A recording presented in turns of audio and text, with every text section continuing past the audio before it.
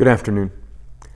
There's times for strategy, there's times for planning, for thinking, for pondering, for imagining what might be in the future. There's times for all of that, and then there's times for action.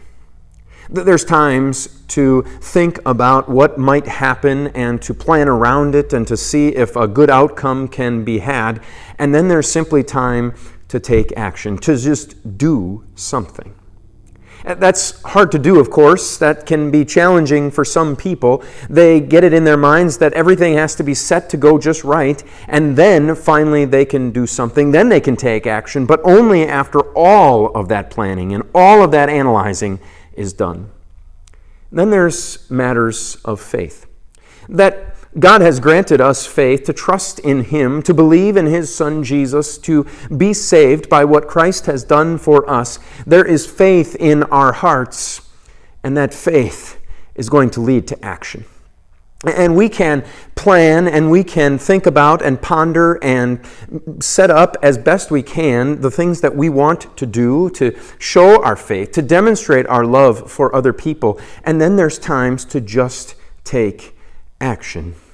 And to take action planning and based on the promises that God has made. To say we are Christians, we know what the Scriptures say, and we can take action knowing that God is going to bless us because He has promised to bless us. There was a situation in the time of Ezra where some individuals had sinned against God. They had done some things that they weren't proud of, and the time had come for them to once again come back to the Lord.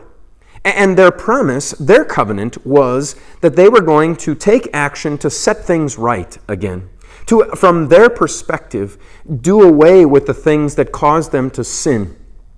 And when they got to the end of their promise, this is what they said to their leaders. Get up, because the matter is your concern, and we are with you. Be strong and take action. The reason that they could be strong and take action is because they knew that God was still going to be on their side.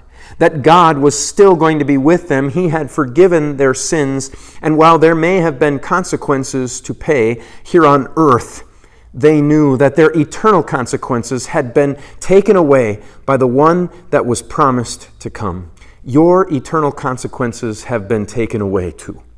You can restore things back to right. You can take action, whatever it might be, to set yourself on the right path again, to do the godly things again. You can get up. You can take that kind of action because the Lord is with you.